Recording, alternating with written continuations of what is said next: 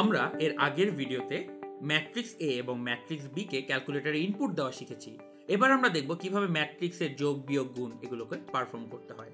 তো প্রথমে আমরা চিন্তা করি ম্যাট্রিক্স এ এবং ম্যাট্রিক্স বি এদেরকে যোগ করতে চাই। যোগ করলে যে রেজাল্টটা আসবে সেই রেজাল্টটা বের করতে চাই। কি করব? তো আমার ম্যাট্রিক্সগুলো আগের ভিডিওতে ইনপুট দেওয়া শেখানো হয়েছে, এখন আমরা খালি যোগ করার কমান্ডটা দেখব।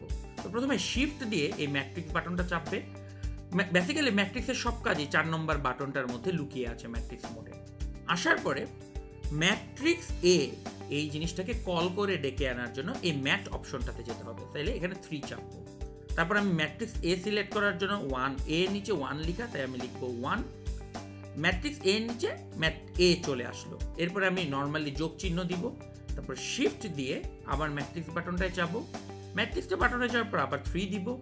এবার বি সিলেক্ট করার জন্য আমি 2 বাটনটা চাপবো। তাহলে ম্যাট এ যোগ ম্যাট বি লিখে ফেললাম। সমান সমান দিলে দেখো দেখানো শুরু করেছে। প্রথম সংখ্যাটা হচ্ছে 4। তারপরে আবার ইকুয়াল টু চিপলে আসলে এখানে তোমার এই সমান সমান বাটনটি না, তোমার ন্যাভিগেশন বাটনটা দিতে হবে।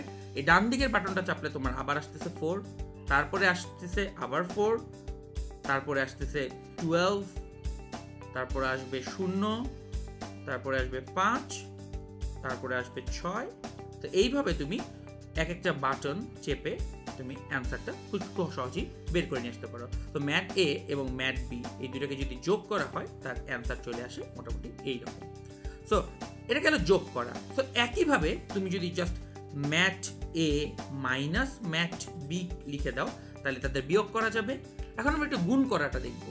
গুণ করাটার জন্য বেসিক্যালি আর তেমন কোনো কষ্ট করতে হবে না। ম্যাট্রিক্সে যাবে, 3 চেপে ম্যাট্রিক্সে ঢুকবে, এ নিচে 1 লিখাতে 1 চাপবে, তারপর ক্রস চিহ্ন দিবে, শিফট দিয়ে আবার ম্যাট্রিক্স বাটনে ঢুকবে।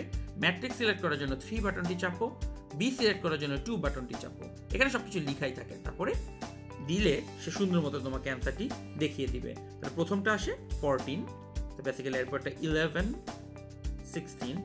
লক্ষ্য করে রাখো 1 1 1 3 মানে হচ্ছে প্রথম রোয়ের থার্ড কলাম, 2 1 মানে হচ্ছে সেকেন্ড রোয়ের ফার্স্ট কলাম, 2 2 মানে হচ্ছে সেকেন্ড রোয়ের সেকেন্ড কলাম, 2 3 মানে হচ্ছে সেকেন্ড রোয়ের থার্ড কলাম। তো এইভাবে সবগুলো অ্যান্সার আলটিমেটলি বের হয়ে আসবে। তো দেখো কত সহজেই যে যোগ বিয়োগ গুণ ভাগগুলো তুমি অনেক কষ্ট করে করতে, সেই যোগ বিয়োগ গুণ ভাগগুলো মূলত এক পলকে বসেই তুমি করে ফেলতে পারবে। তো এভাবে ম্যাট্রিক্সের যোগ বিয়োগ গুণ ক্যালকুলেটরের মাধ্যমে 1 মিনিটে কম সময়ে তোমরা শেষ করে ফেলতে পারবে।